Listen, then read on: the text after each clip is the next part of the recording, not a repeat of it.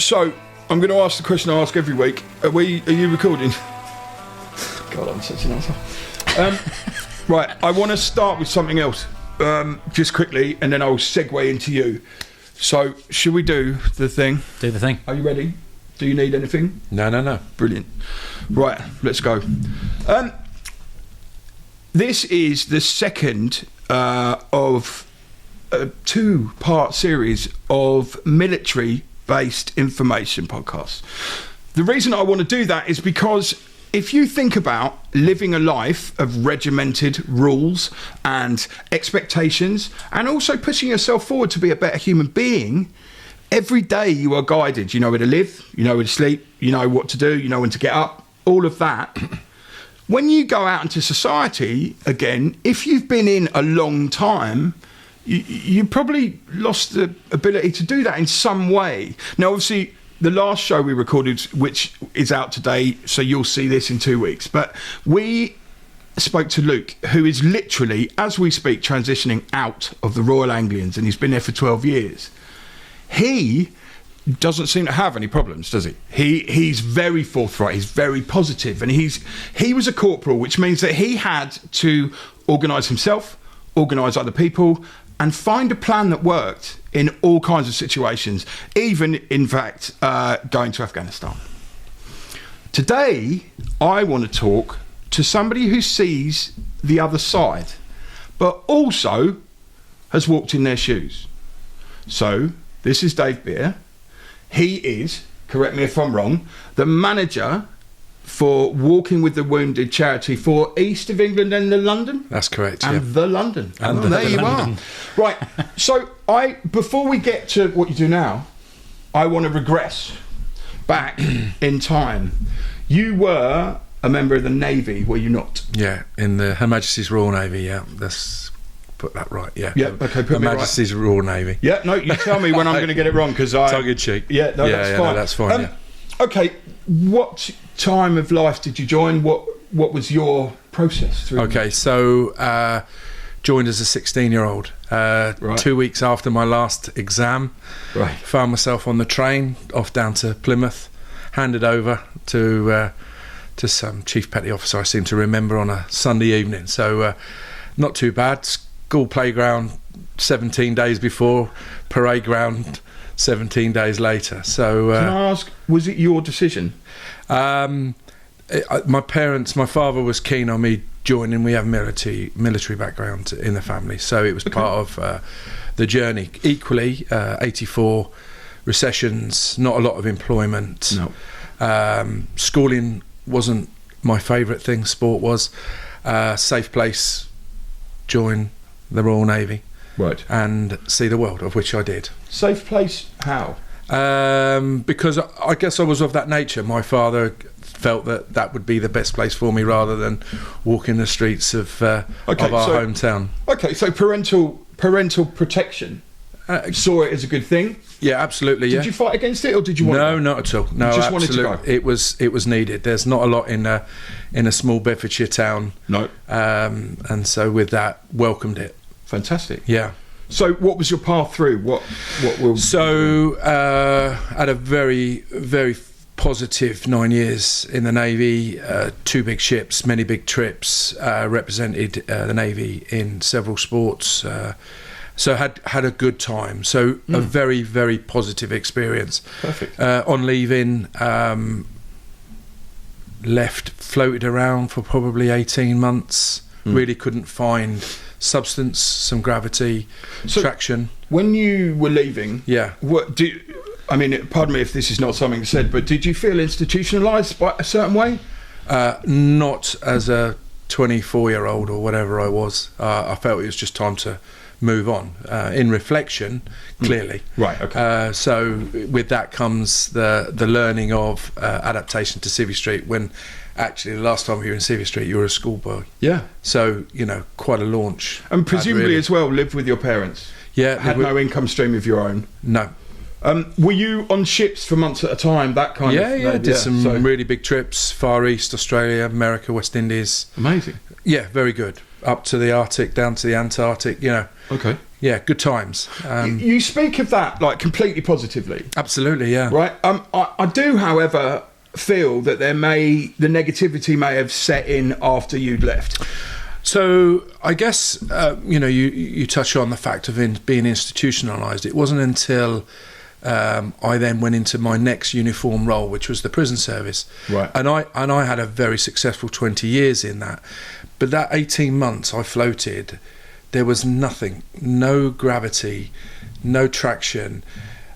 People thought, spoke, acted differently to what I'd previously done. So you're immediately on your own. You are not part of the gang, so to speak, the ship's company that you once relied on, played with, when socialising with, went on exercise with.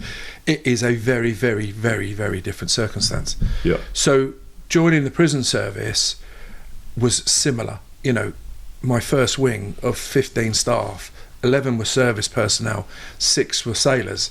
I mean, the banter was fantastic. You went from one ship's company to almost another ship's company. Yep. And equally, the way that we worked was very much about uniform, systems, open, unlock regimes, and so forth. So you were kind of mirroring what you had in the armed forces. So it was comfortable.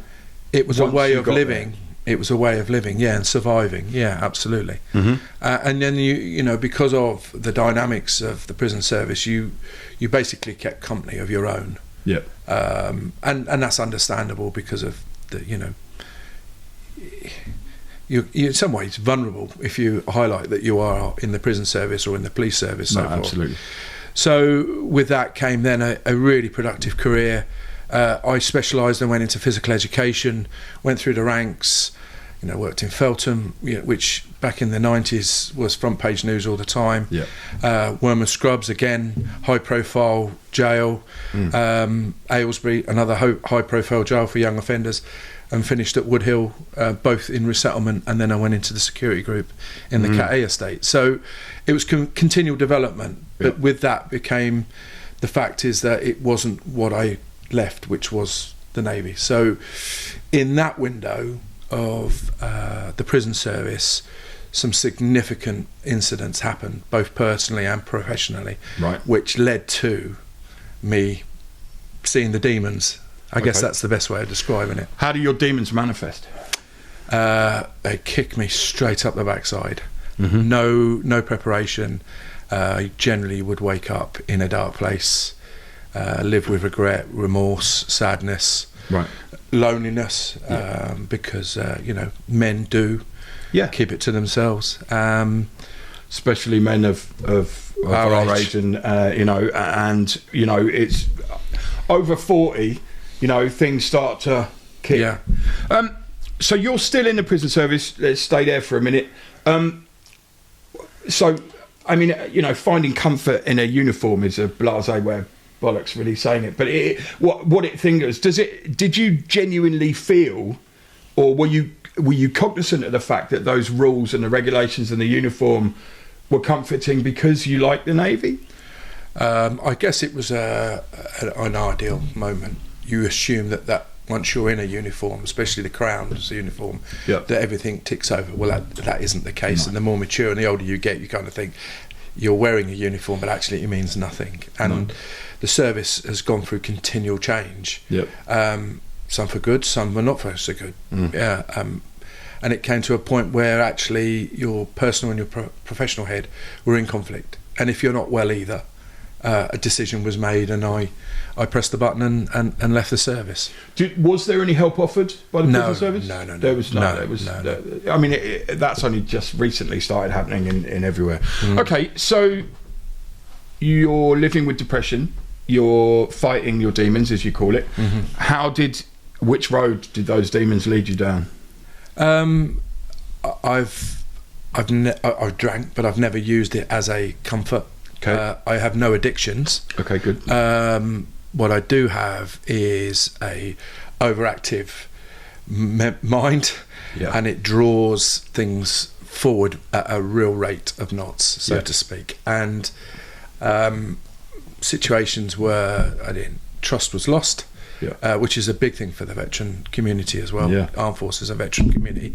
So with that comes, you just go within. You cover yourself in your own comfort blanket and you tick over. So you search yourself inside and you find a comfortable place in there. Yeah. The military is all about trust. Luke said, I don't have to like these people, but I have to trust them. Yeah. And I have to trust that they will do their part. Prison service, no idea. I've been very briefly on the other side of that, on remand, and then was told to go home because I didn't do it. Marvellous. It's one of those things where you are looking at your whole existence and the only person you can trust is yourself. That can't be, something that you can move forward. How did you combat that? How did I combat it? I didn't combat it. It's probably 22, 23 years in its creativeness, in its ever developing, ever changing, manifesting itself. When you think you're better, then something else happens and you just go back in reverse. Yep. So about 2 years ago, I sought professional help for the first time. 2 years ago? Yeah, probably about 2 years, 26 months ago. So GP or? GP, yeah, GP. How did that go? Well, it went well because what they did do was realise that I was not in a good place. Yep.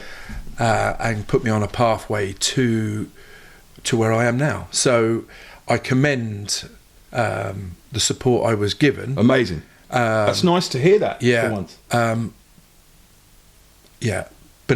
But I also then had a point where meds is enough. I need to draw myself because it wasn't actually me on meds.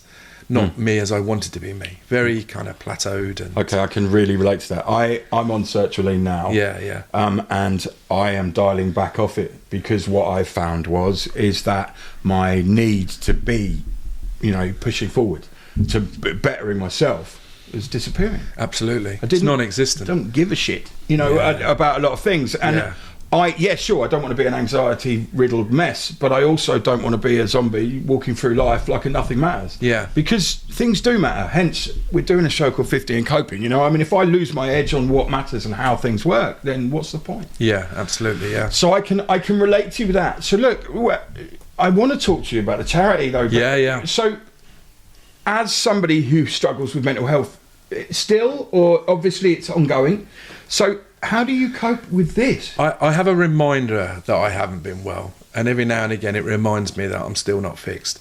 But my role is actually a medicine. So after leaving the prison service, I then worked for a mental health charity. Though didn't do casework, I oversaw contracts throughout London and the Midlands, predominantly Birmingham, and that really gave me an insight into where I was retrospectively. How practices supported that in the community mental health teams, semi-secure wards, secure wards.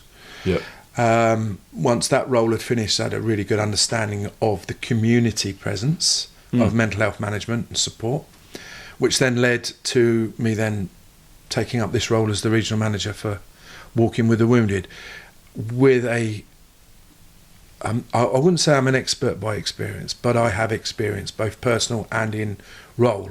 Yeah. So when it came to then going for the interview, I felt I was well prepared for the fact is that I could relate to the situation of Walking with the Wounded and how it was developing, working with veterans with mental health, both pre-diagnosis and diagnosed PTSD and depression and so forth. So what it gives me is that I can refer and relate to how my staff are supporting the cases, the advocacy, the beneficiary, and I do a lot of case reviews. I'm interested in what they do and say, have you considered this route, or why don't you consider this route? But you must empower the veteran.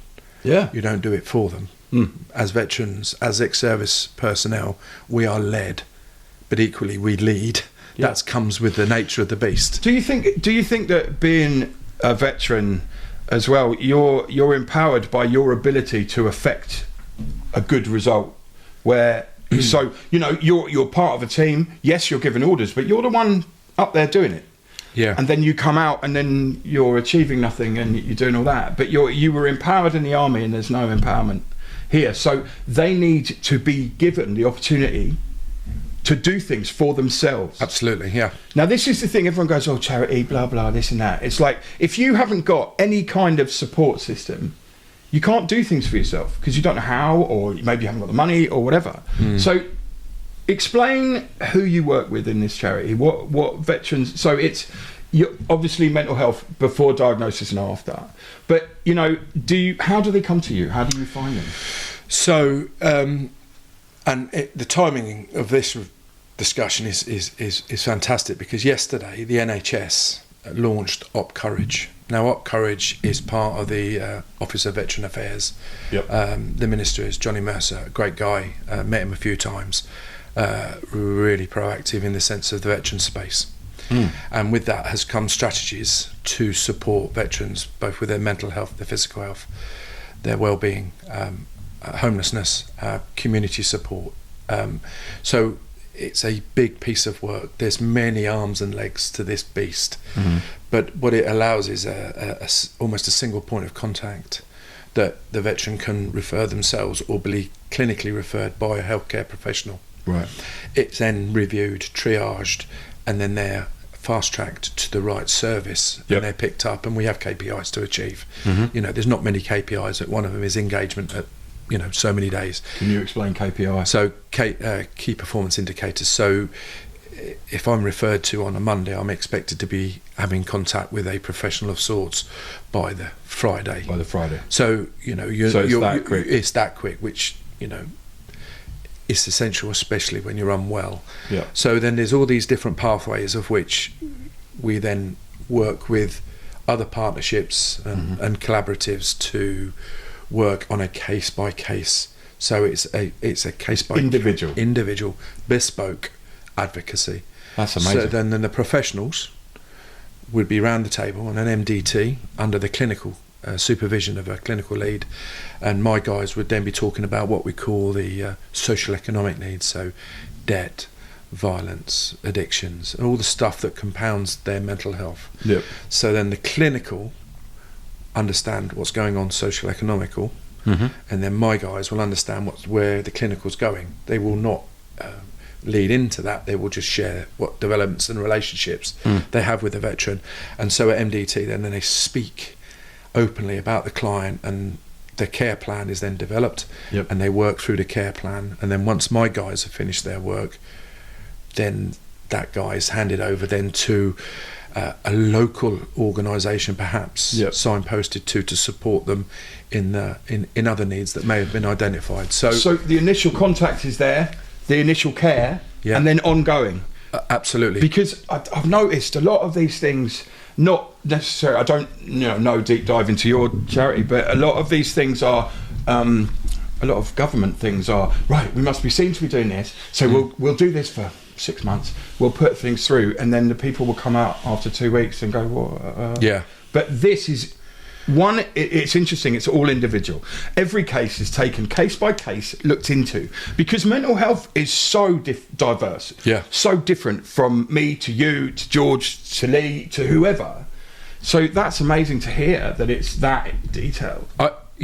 Having been in case management since the early 90s, so when I joined the prison service, and how case management evolves, how it's a bespoke approach. I wouldn't be here if I wasn't confident that our work in partnership and collaboration with other organisations was of value. I say that without any fear and trepidation. Yeah. What's really pleasing is it's the onward journey, and you've alluded to that. The fact is that when the NHS finish their piece, they won't be handed over to anyone. They will be handed over to someone who will continue that, whether that be the local authority or the local housing authority, or a drug and alcohol continuation program, or something along them lines. Yep. So it isn't an end game. That's amazing. And they can always come back. There's no closure, no more return, because we'll all know that you have bouts of the demons. Yeah. And every now and again, you might need that little bit of reassurity and go, actually, I know where I can go. Quick phone call. Just to settle my nerves, and we move on. But equally, let's be honest, someone's not in a good place, the head's not in a good place, we don't discriminate against them and close it. It's okay, well, what we'll do is we'll just kind of suspend the service if you're not ready. Yeah. And I'm going to give you a ring in a month's time, and hopefully you're in a good place. And that, a lot of that is around the addiction, the alcohol and the drugs, and periodic. So I'm quite empowered by talking about how we empower. It is an amazing role I have, in the fact that I both can share upwards and downwards, and staff can bring into the mix. We all contribute to the reports, to the feed-in. Yep. All our information is escalated up to the Office of Veterans Affairs, and it's listened to. And this is probably the first solid strategy ever for veterans from government, from any government. Yeah. I mean, we're working with guys that were down south in '82 that got sunk. That was my first introduction to what's now known as PTSD. My first mess deck, going into action stations, and yes, it was action stations, but it's as real as it can be, not being in war state.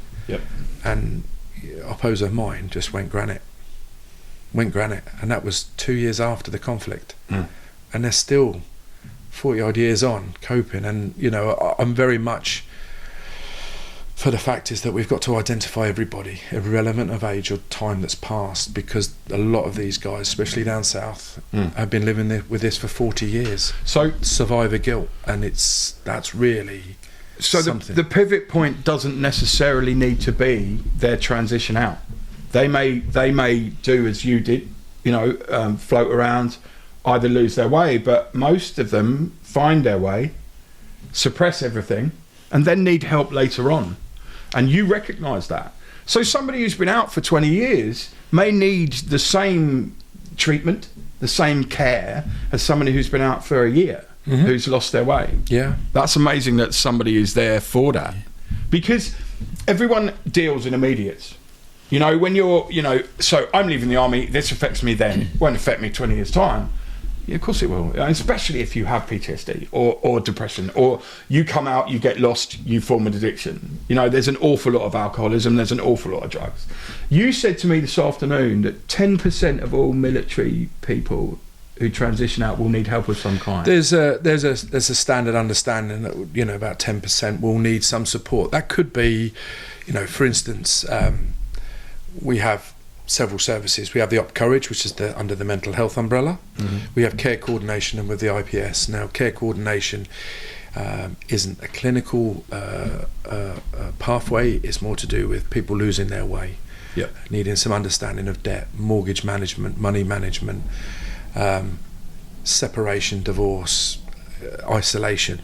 So I have staff members, or we as an organisation across the country would go in, take a review and act on and support them through that, because it doesn't sit quite within the statutory mental health umbrella.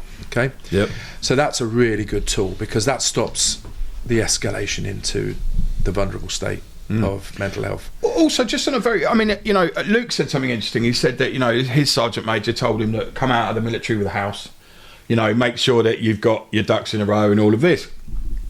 But even if you come out of the military and you're still paying a mortgage, and then you lose your way, you don't want to be losing everything. Also, the difference between being married in the army and married in Civvy Street, with all the pressure that money puts on a relationship. It's nice to know that there are people who can just say, listen, I'm messed with in a monetary form, and there's somebody there that can help. Oh, absolutely. Yeah. Because everyone reaches for the deep dark depression. I'm a drug addict, I'm on the street, I'm this and that. The most important work is often done beforehand, before they get there.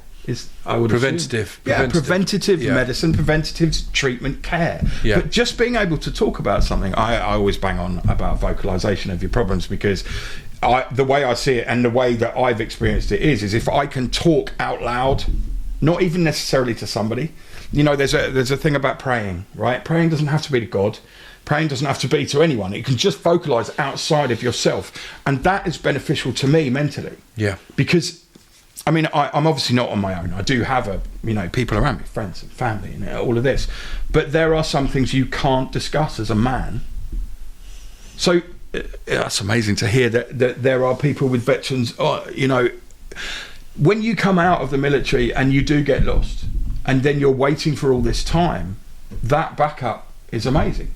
Just because you feel like you've got someone to talk to. Yeah. So when you first started with this charity, why did you go and work for these guys? Why is Walking with the Wounded where you reside now? Good question. I guess I've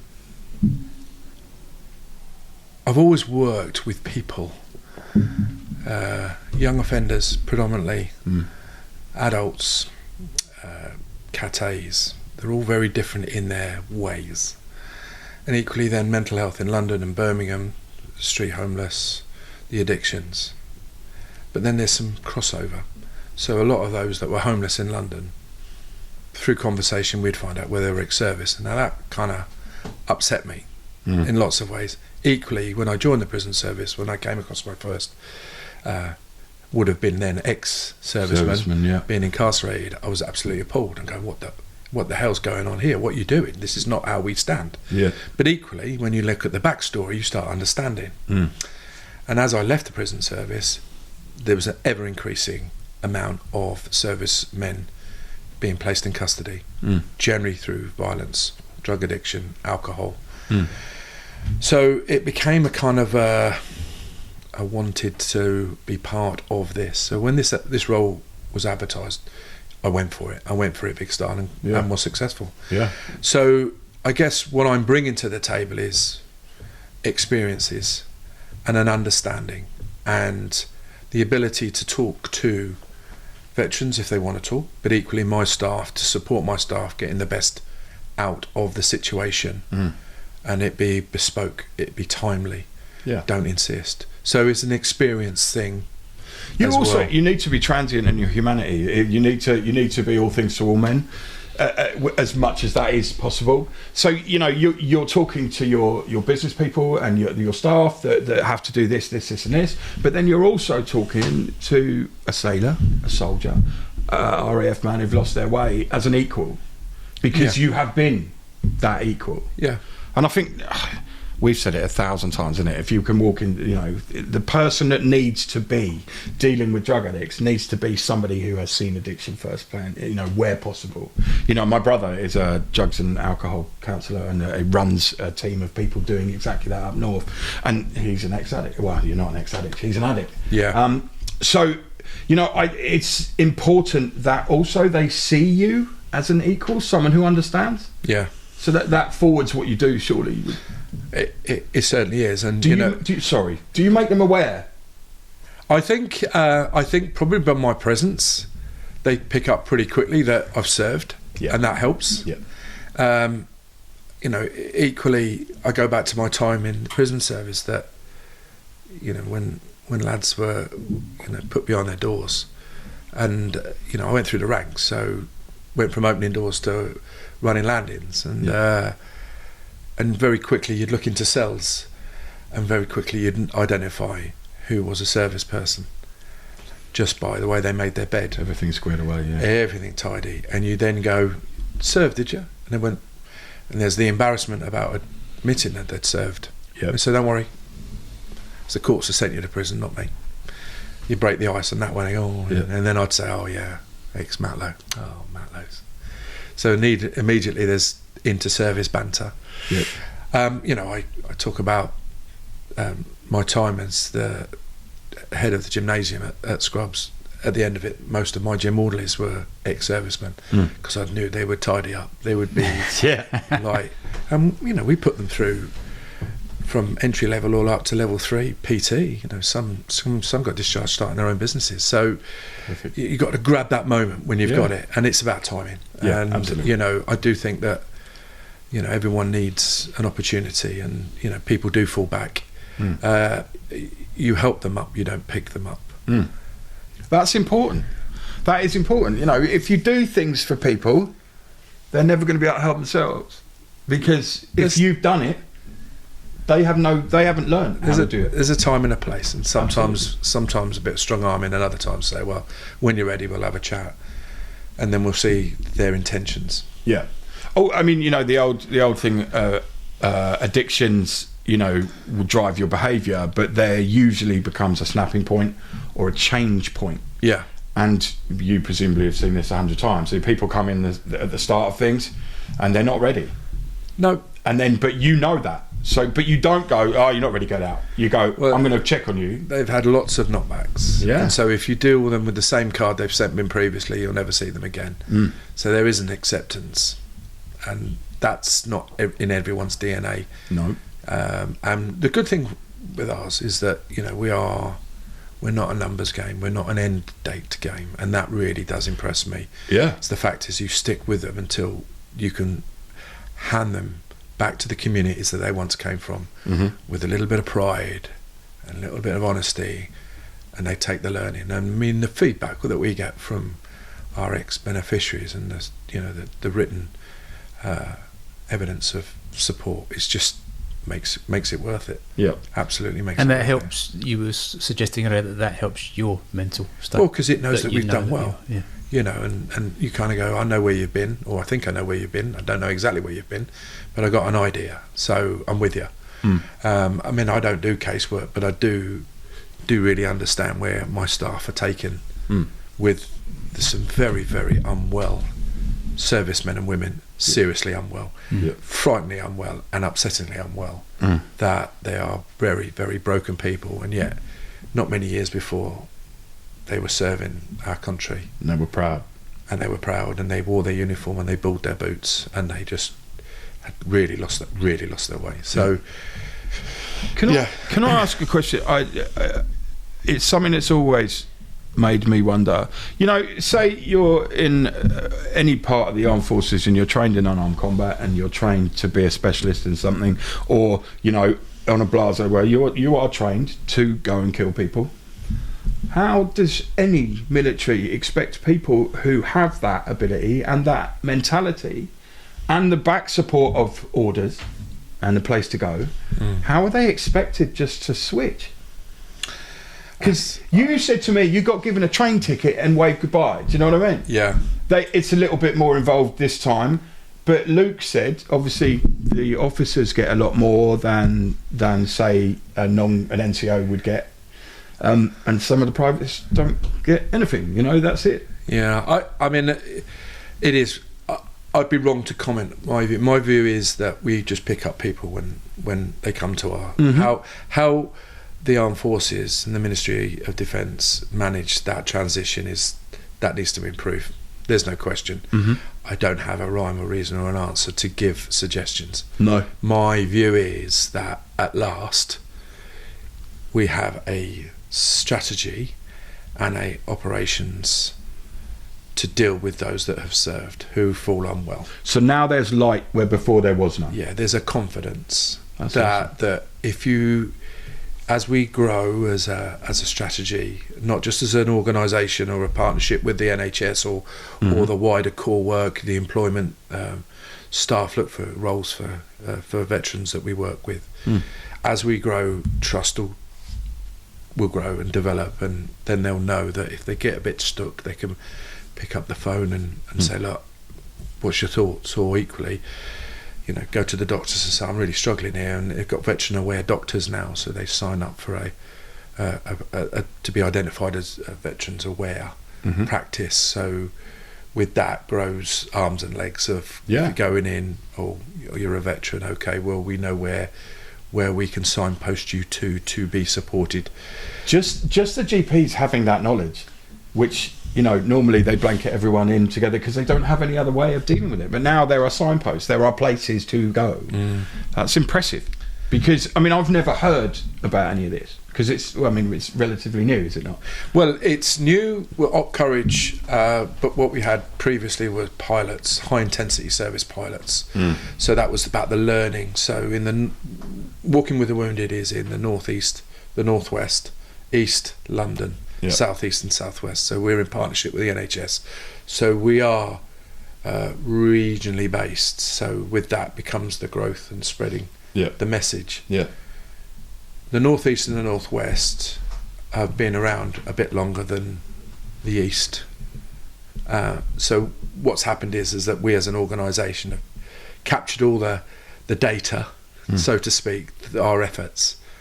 It's then gone to tender with the NHS executive, of which Walking with the Wounded was successful in those regions as the social economic support of courage. Right. So with that, we've got 4 years plus 2 years. We're coming to the end of our first year in March this year, and that will then create some traction for then it becoming a permanent, ongoing strategy, where before it was a pilot.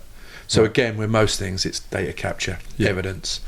You've got to prove that it works. Absolutely. And it's worth the money. That's the sad thing, I suppose. But everything has to be accountable. Can I ask, how are you funded as a charity? So we have the core work, which is care coordination and IPS. So that's generally about bidding, generosity of gift, charity events. We do the Cumbrian Walk in May, which is a fantastic multi-peak walk for all abilities.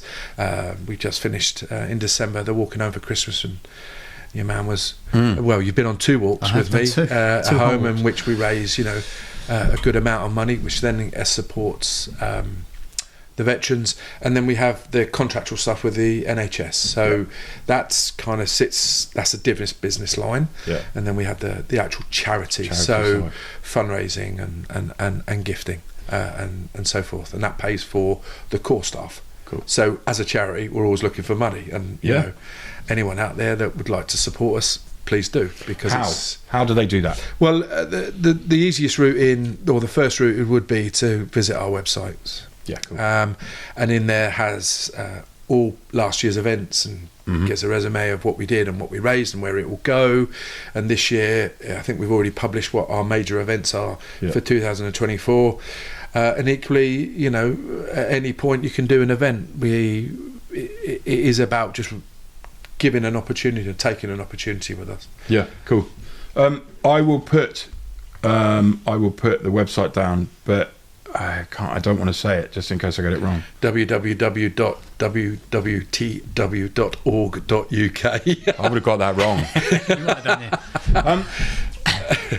Founded by 2 veterans. Founded by 2 veterans, born on the fact that I believe one of the veterans' nephew was badly injured in Afghan. Great medical support, I understand, but when it came to them leaving the armed forces and seeking employment, was unsuccessful on numerous occasions, hence the charity being born, about care coordination and IPS.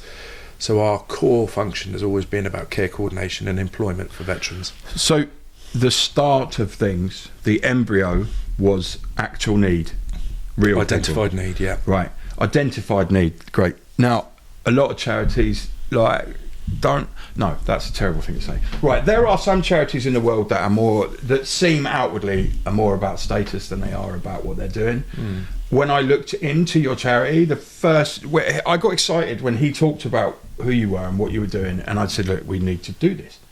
And then I went through the website and all the things that go on, all of the walks, all of the events, but also you can see the passion from the people that do this every day, such as yourself. So look, I want to personally thank you for what you do and all of your people who work so hard. I will make sure your website is in the write-up, and I will also be an advocate for anything that you need us to tell people that's happening. So if there's some way we can help you, I'd like to help.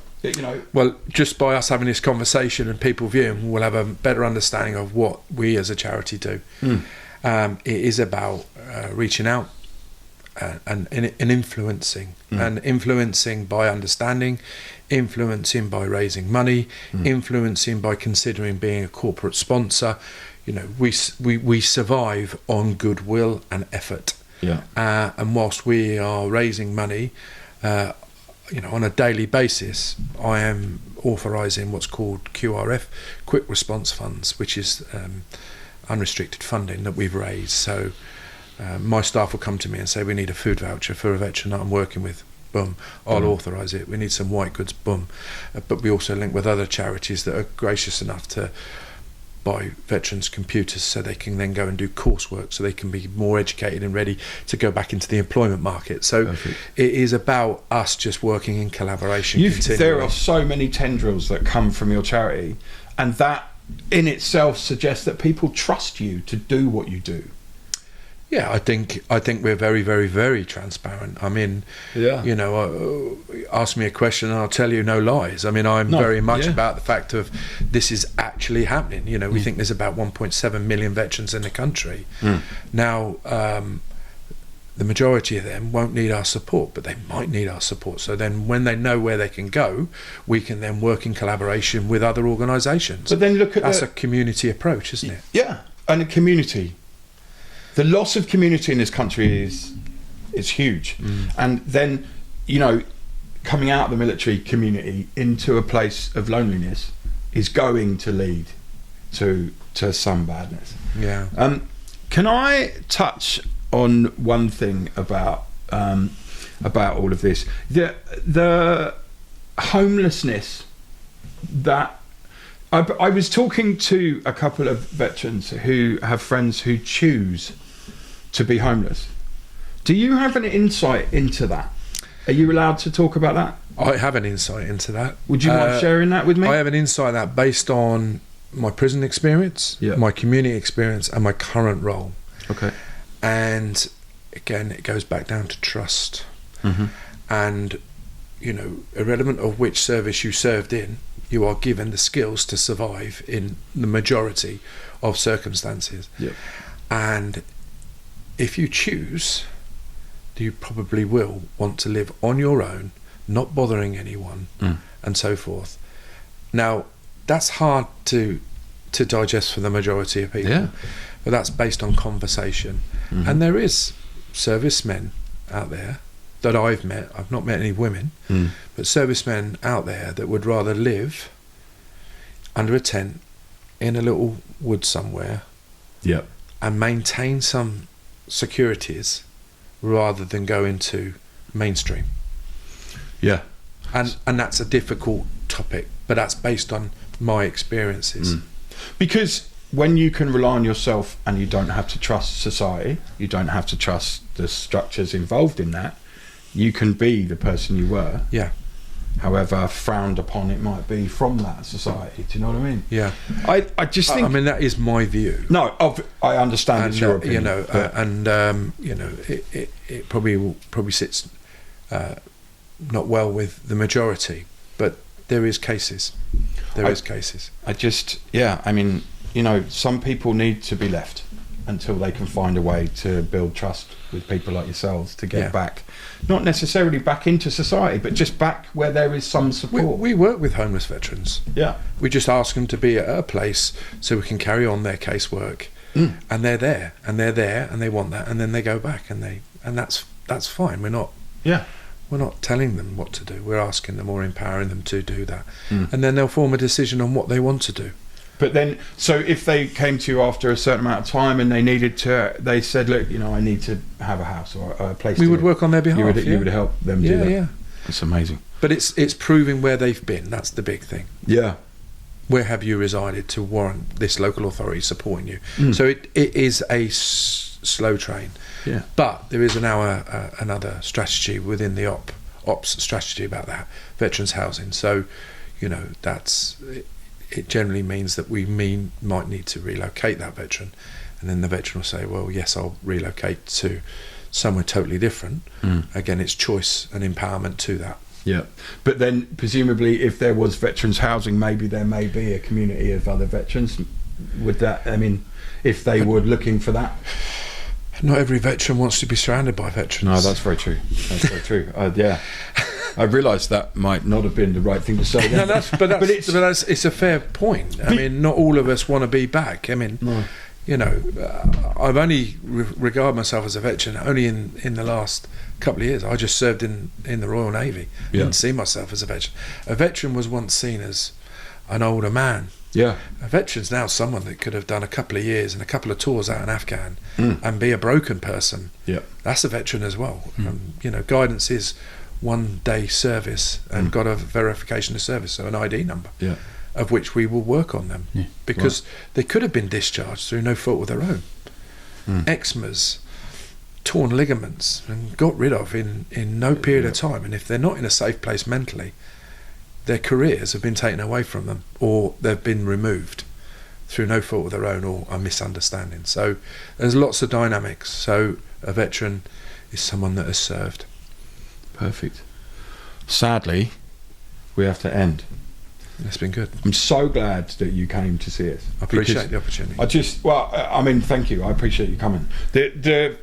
For some reason, something strikes affinity with me. Now, I wasn't lucky enough to go and serve. I broke my knee on a rugby pitch, and then the Royal Artillery disappeared into the thing. Going, no, thank you. Stepping away carefully, but I think I would have benefited as a human being from being a soldier, because as I wasn't, all hell broke loose. So maybe that wasn't the way. Look, we're going to leave it. I'd like to stay in touch if we can a little bit. Of course, yeah. Because I think, if we have something relevant or if there's, people contact us, are we all right to contact you and that kind of thing? I would ask if there was one message that came from today. It was clearly one message is a greater understanding of what we do as an organisation in collaboration and partnerships. Yeah. But if people that do watch this are aware of veterans, ask them if they're okay. Yeah. And then ask them if they're okay again, and see if that strikes up a chord. And if you sense that there's some angst or some reservation in responding, then there was lots of military charities to contact. Yeah. Contact us, and we'll put you in the right envelope, so to speak. Does it have to be the ex-service person that contacts you? No. Right. It can be self-referral, professional referral, homestead carer, so forth, and friend. Yeah. So it's an open door, and then through triage we work out what the best route is. I just thought George is going to punch me in the face, right? But I just thought of something I really need to ask you. America, I asked this to Luke, right? America, thank you for your service, right? That resonates with me. Someone's given up their freedom to go and fight for freedom, if you want to put it that way. Yeah. Why is there so much negativity towards the armed forces from Joe Public in England, and support, it seems, even if it's just lip service? Why is there such a difference? But I don't think, not just for veterans, I just think as we've lost the ability to acknowledge as a nation, I think. Because please and thank yous and opening doors for people and so forth. They're simple things. Right. So the loss of manners, the loss of community. Mm-hmm. I just bashed the microphone. Sorry, George.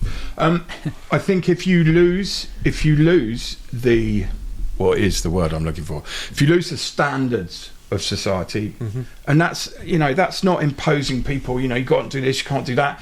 But I have been an absolute toe rag my whole life, but I still can say please and thank you. I'm still able to respect my elders. Not that there are many anymore, but it's. If you lose that, you just think it's a societal problem rather than a countrywide thing. I guess, we've been, when you look back at conflicts, Northern Ireland, South Atlantic, Bosnia, in the Yugs, and then more recently Iran and Iraq. It doesn't create a positive feel. No. It's a tough one because we do volunteer, and we volunteer to leave as well, or we leave. I just think that it's something that will grow itself, it's manifest itself again through making people aware that before any of us joined the armed forces, we were residents, we were civvies, we were joined up, and then when we left, we were residents and civvies. Yeah. Should our time serving be seen as a negative? That's the $1 million question. It's not seen as a negative by me. Well, So I appreciate that. to you and all of the veterans that you work with, thank you for your service, and I mean that with the truth in my heart. 50 and coping. If you're wondering why we're doing about military, it's because in society, as you've just heard, there are 1.7 million veterans in this country. Some of them need help, and as part of 50 and coping, they're people too. You've heard it from the man himself who deals with this day by day. So look, if you know a veteran, ask them if they're okay, and as Dave said, ask them okay again. If you feel they aren't, try and talk to them or ask them if they want help, or just deal with some way. But if you want to get in touch to help or give a donation to Walking with the Wounded, the website will be in the doobly-doo underneath here. We'll see you next time. Thank you so much.